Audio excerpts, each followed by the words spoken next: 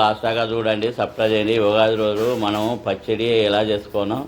ముందుగానే ఒక మట్టి కంచుడు తెచ్చుకొని నీటిలో నానబెట్టుకోవాలి. యాప పువ్వు తెచ్చుకొని దాన్ని నలిసి పై తెల్లటి పువ్వుని తీసుకోవాలి. కొత్త చింతపండు తెచ్చి నానబెట్టుకోవాలి. నానబెట్టి దీన్ని పులుసు వేసుకోవాలి. బెల్లము, మామిడికాయ పొట్టు తీసి చిన్న ముక్కలు కోసుకోవాలి. ఇది కొబ్బరికాయ.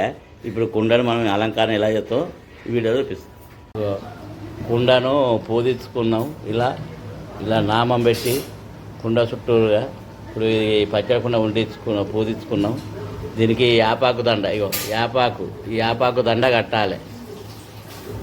ఈ యాపాకు దండ కట్టి ఉగాది పచ్చడి ఇలా తయారు చేసుకొని దేవుని దగ్గర పెట్టి కొబ్బరికాయ కొట్టి దేవునికి మొక్కి ఈ పచ్చడి తాగాలి. ఈ పచ్చడిలో తీపి పులుపు అన్నీ కలిసినాయి కాబట్టి సంవత్సరం పొడుగుతా అన్నీ మంచి జరగాలని కోరుకోవాలి.